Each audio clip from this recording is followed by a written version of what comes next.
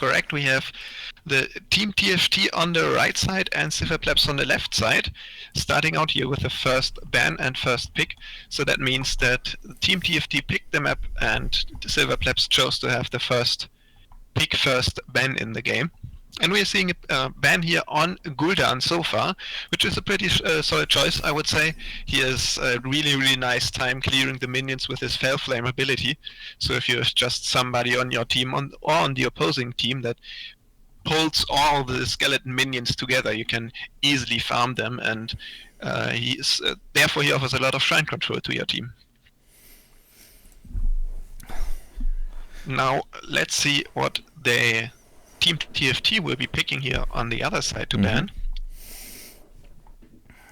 One of the normal choices, I would say, for example, for all the games you are seeing in Team League, Hero League, would be a Ragnaros, who is actually quite strong because he can make it a lot easier to defend against the Immortal, but it's not the Immortal, it's Punisher. But of course, Tassada is also still up, and they decide to go with the Tassada ban.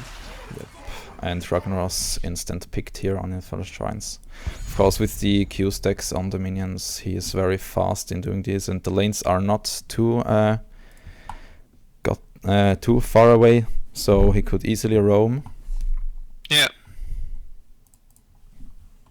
And he is still a completely solid choice.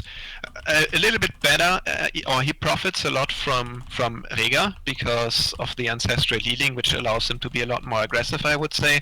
So that might be something that gets the Silver Plebs away from the Malfurion if they want to pick their support in the next two rotations, and not one of the supports is being grabbed here by Team TFT. I could see them going for one of the stronger frontliners on Infernal Shrine, something like maybe a Diablo or a Tannis that offers you a lot of engage and control over the shrines as well.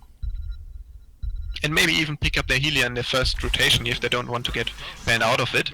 And that's what we're seeing, a Malfurion pick here and ETC, who offers, of course, with his Power Slide and Phase Mid, a lot of control as well. Yes, and Malfurion got cleanse, and if ETC wanna go much, they have 1 second not interrupting ETC, so could be kind of crazy in these small areas in these Infernal Shrines. Yeah, and one thing that is really, really nice for Malfurion as well is that he can take the scouting drone on level 1, which is getting more popular these days with teams that know how to place them and using this vision that you get. And we are seeing the Tychus and Variant pick up here for the Silver Plebs, so they don't want to get to allow their opponents to go with a too heavy front line, and if they do so, then they have the Tychus to counter that, and if you're melting something like an ETC, it's hard for a Malfurion to keep your team alive. Now let's see what the next bans are being. Yep, and the bets are not working until now. We're on it to set up Revlo, so please be patient. But you mostly have to go with Revlo if you see the full draft, so you guys have a few minutes more. And we do see the Rega ban for Team TFT, so they want to choke a little bit here for the Silver Plebs from their support, because at the moment they have not a lot of backline damage. They have the Varian Ragnaros frontline, and I think with this combination you want to go for a solo support. And Rega is one of the better ones in this situation. So with this draft, you're limiting the options for the support, which will be important for the Ragnaros and Varian in the front line. Yes, totally.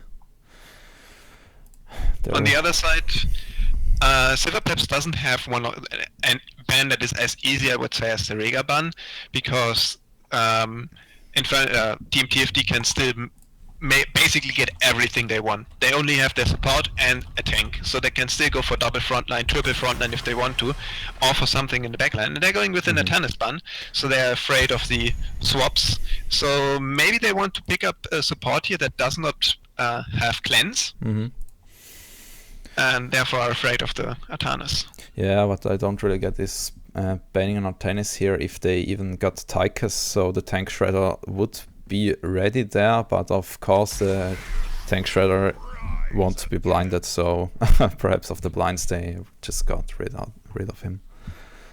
Yeah. And we're seeing a Greymane pickup. He got with his recent rework, he got back quite a bit into the meta, being played a lot more. And a Vala, so a really solid backline here. And even though they don't have the Tychus, these two heroes offer a lot of potential to burst the front line. And I could really see TFT with this team setup just trying to go through the variant, through the Ragnaros in the front line. Yeah. Because if you're not picking up another frontliner, Varian will have a hard time staying alive, and without the Varian, you're not having a lot of engaged potential to get to the backline of Greymane and Vala. Totally, yes, totally. So I think with ETC and Greymane, they will go for Shaw for this Mosh combo. They have to. Yeah. And now I think they should add a second tank and don't go for more damage. I think Vala and Greymane should be enough. But of course with Tychus on the other side, they just have to study about. I'm not sure, perhaps Zarya will be great if she could get some shields and get value out of the energy, but not sure. Yeah, I would really like a Zarya here as well. Yeah, sure. And they picked away Zarya, so good job. So I would have loved Zarya for both teams. So yeah.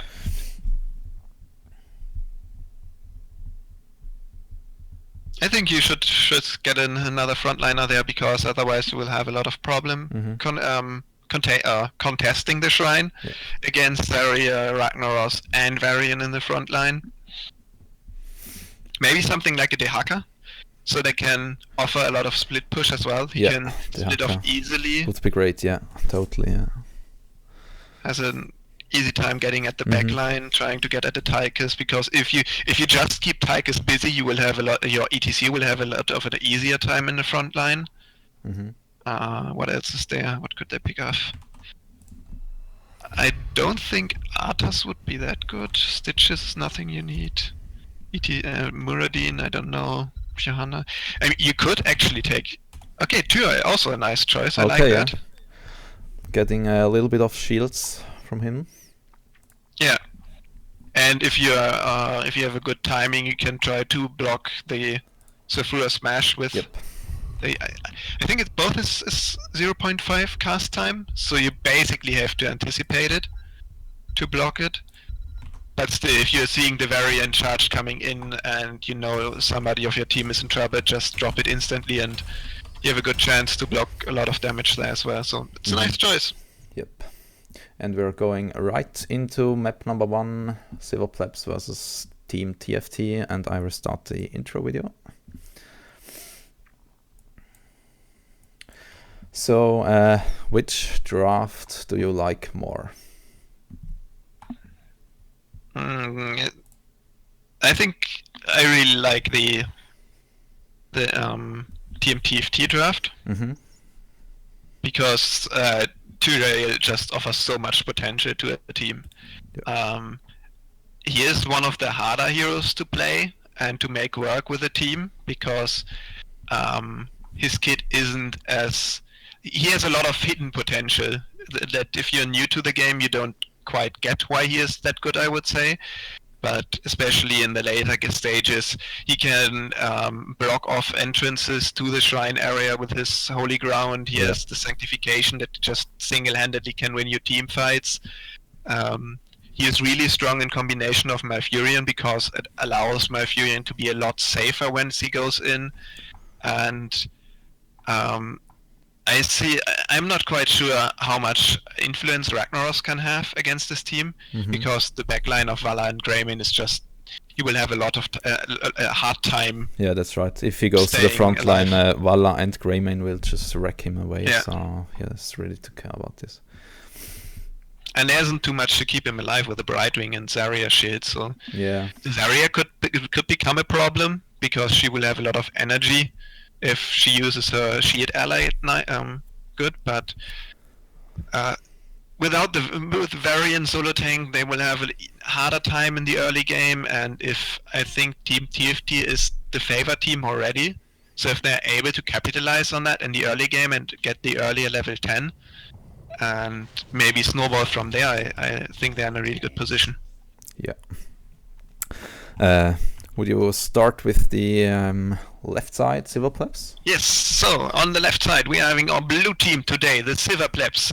Angel playing Ragnaros, Heli playing Zarya, Goodspeed playing Tychus, Nux playing Brightwing, and lastly Varian being played by Alex. And on the right side, Team TFT with Owen23 on the grey main, Tepion on ETC, Phil R on Vala, Chaga M on Tyrell, and Ares or Ares on Malfurion. Yes, and we are seeing both teams going for the mid lane brawl in the early game. So let's see how that will go. And then how they will split the lanes after that. Normally Tyrell is quite the nice solo laner because he basically can't die there if you're playing him well. And I could see them going for a rotation on the other two lanes here. Have to set the sound a little bit down. Normally it's too loud.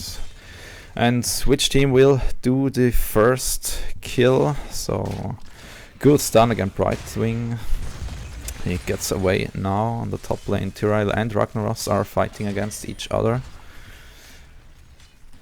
Yeah, I think that lane should be won by Ragnaros. Yeah. As he has a lot more wave clear than the Tyrell, but Tyrell shouldn't die there. So just with a Malfurion maybe going up there once or two to give him health and mana back, he has a good time on the lane, can soak the experience, which is the most important part of that lane, of course. Yeah, totally. So everything fine there. And so far we are just seeing the rotations and both teams respecting each other quite a bit and basically waiting for the mistake of the opponent and not being too aggressive here. And as I said on the top, Ragnaros is just stacking up his Q talents. So this lane is easily won by himself. But who else would you get there?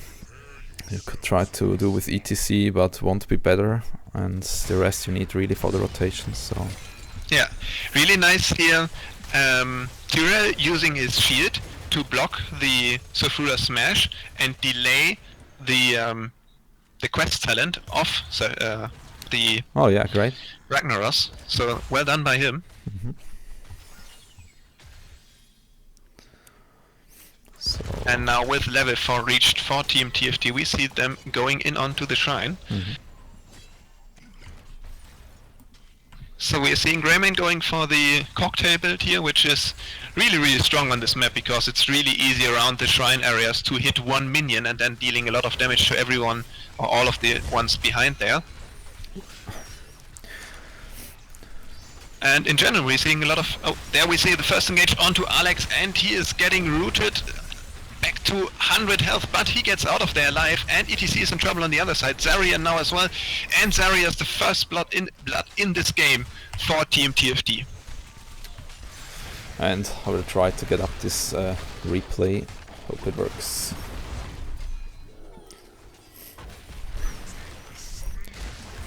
And the first Frozen Punisher goes to the Team TFT. Yeah. So we basically see the situation as a little bit described before that. In the early game, the Varian isn't that tanky, so it is harder to keep him alive. And him being low brought Zarya into a position where she was a little bit out of position and was the first kill here, but with the help of Ragnaros being there and basically lying down his damage from afar, they were just able to get the first towers here and securing, or Team TFT was able to get the first towers and securing it first. That we are seeing again gank on the top lane on Zarya, and she will be going down for the second time in this game. And yeah, securing the second kill for Team TFT here. Yeah. And some viewers are asking if you could lower your microphone a little bit. It's a little bit my loud. microphone? Yeah. Okay. I think just a little I'll bit. try to put it a little bit more away from my mouth so that it should be a little bit better? Just Yeah, it's better now. tell me again. Yeah. Okay. Cool. And yeah, 2 kills for Team TFT right now. So, and level 7 hit also. We see here clearly the multi-shot build of Valla. Cleanse from Furion coming out, of course. A must. One interesting talent. choice is follow through on Tyrael.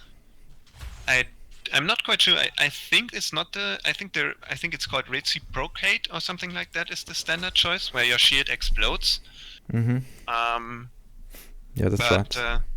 Of course. Interesting choices. So they just want a little bit more direct damage from their Tyra in the front line. Otherwise, I would say it's quite normal talent build so far. Actually, Tyke is going for the Relentless Soldier. That's a little bit more of a defensive choice, but not that bad, I would say, especially against the ETC here.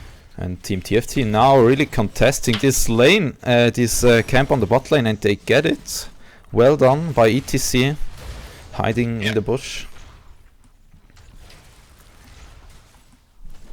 And they will be the first ones onto the shrine here. And it takes quite some time for the Silver Plebs to rotate. I feel like they might be giving up here, trying to save the Tychus, who was caught on the bot lane, and he will be falling as well. And now this means that if the shrine goes over to Team TFT, this is an easy level 10 for them, and they might be able to get the bot fort here with the first, or their second Punisher, which is actually an Arcane Punisher as well, so the strongest ones of the Punishers, and should be, I think they should be able to clear the fort with it, if they commit for it and don't push in another lane. They're going here for this bottom fort, as it looks like. And we are seeing the reworked level 10 choice for the Greymane here, going with the Cursed Bullet, which does 35% of the current health as damage. Yep. So it is not that effective if you're using it late into the fight to kill somebody off, because it's always from the current health, so you can't kill somebody with it. So you want to, your ETC locks somebody down, you instantly drop the Cursed Bullet to good stun follow up. That's when we are seeing them here. And instantly Tychus is getting blown up there, and Sanctification has to follow up to get deep into the keep. And they are trying to get the keep here. The Punisher still has 25% health left, so they will be getting the keep here, and still can get out easily. Well done by them. Yep.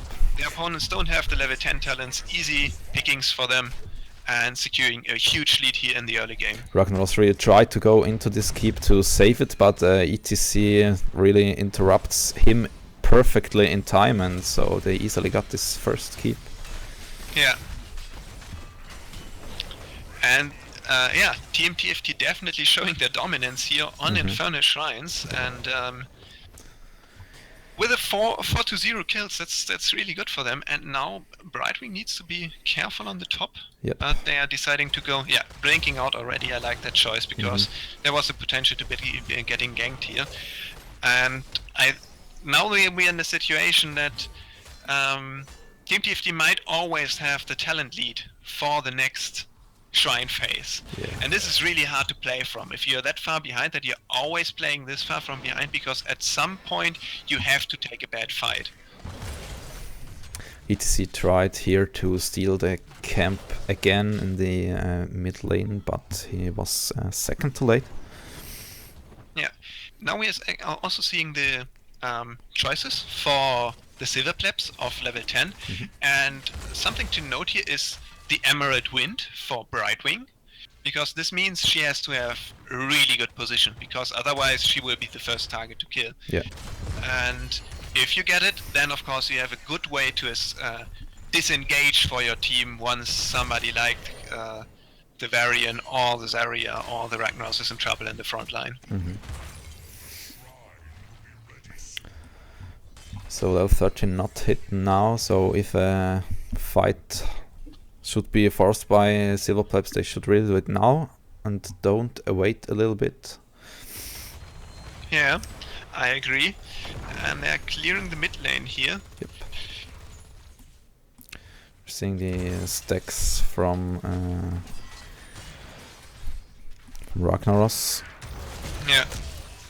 And once again the Cursed Bullet hits nearly. Alex, and deals a lot of damage to him, and I think, yeah, that was enough to just bully them away from the shrine here, and Brightwing is already on base defense duty. Yeah.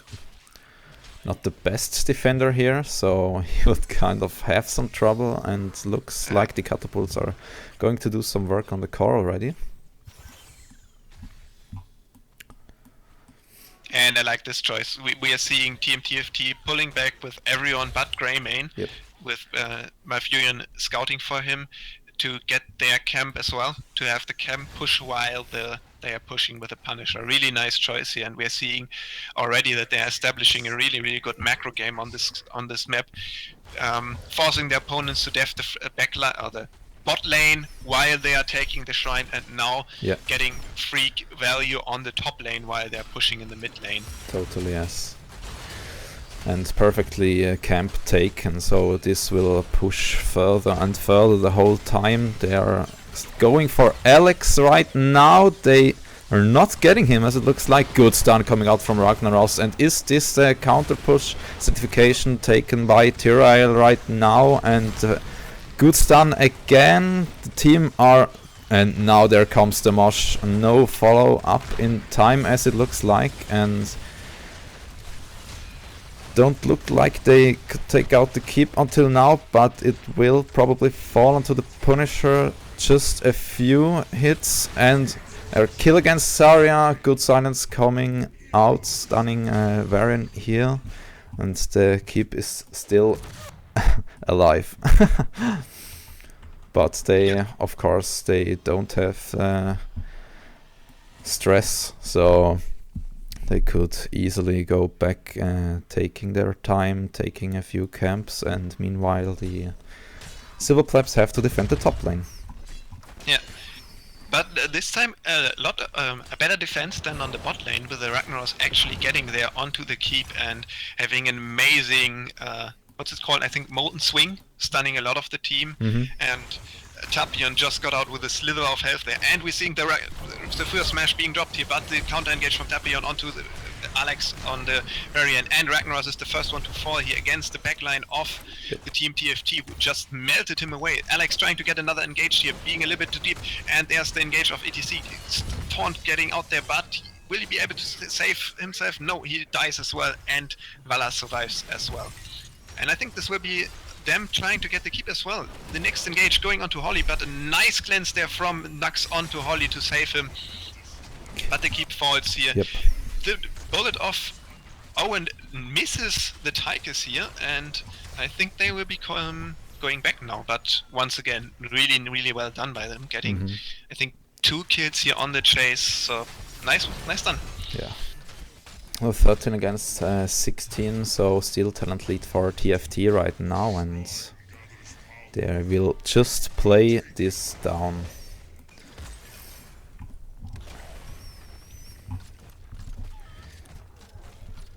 Yeah.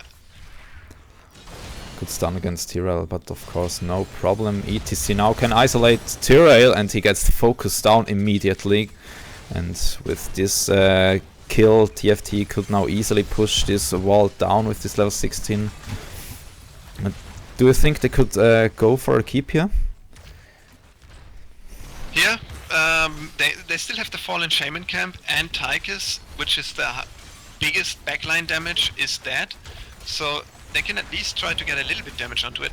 Instant cleanse here from the Malfurion, really well done here. Ragnar's trying to get aggressive. Does he have the Molten Core available to himself? Just watch shortly. Yes, he has. So he could go in. He delayed it a little bit. He's going in right now.